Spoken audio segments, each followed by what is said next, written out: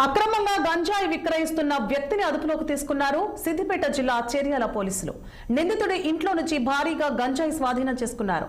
చేర్యాలలోని యాదవ నగర్ కు చెందిన శ్రీధర్ అనే యువకుడికి హైదరాబాద్ లో ఉంటున్న అతని స్నేహితుడు అక్రమంగా గంజాయి సప్లై చేస్తున్నాడు. సమాచారం అందుకున్న టాస్క్ ఫోర్స్ చేర్యాల పోలీసులు సంయుక్తంగా దాడులు చేశారు. శ్రీధర్ ఇంటిని తనిఖీ చేయగా 490 గ్రాముల గంజాయి లభ్యమైంది. వెంటనే శ్రీధర్ ను అదుపులోకి తీసుకుని అతని వద్ద నుండి గంజాయి, సెల్ ఫోన్ ను సీజ్ చేశారు. నిందితుడిని రిమాండ్ కు తరలిస్తున్నట్లు సిఐ శ్రీను తెలిపారు.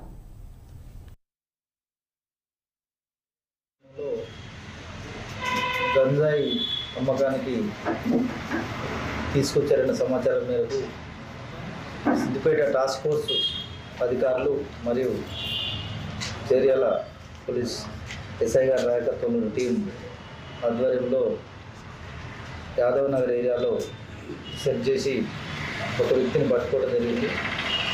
అతని వద్ద నుంచి గంజాయి మరియు అతని మొబైల్ ఫోన్ సీజ్ చేయడం జరిగింది. దూడం శ్రీధర్ అని 22 సంవత్సరాల వయసున్న యువకుడు. ఇతనికి అతని మిత్రుడు ఒకరు హైదరాబాద్ ఏరియా నుంచి తీసుకొని వచ్చి అతనికి ఇస్తే ఇక్కడ ఈ లోకల్ ఏరియాలో అమ్మటం కోసం వాళ్ళు వేచి ఉండగా సమాచారం మీద పట్టుకోవడం జరిగింది. అతని దగ్గర నుంచి ఈ గంజాయి 490 గ్రాములు ఉంది. దీన్ని తూకం వేస్తే ఈ గంజాయిని స్వాధీనం చేసుకోవడం జరిగింది. అదేవిధంగా అతనికి సంబంధించిన మొబైల్ ఫోన్ కూడా సీజ్ చేయడం జరిగింది.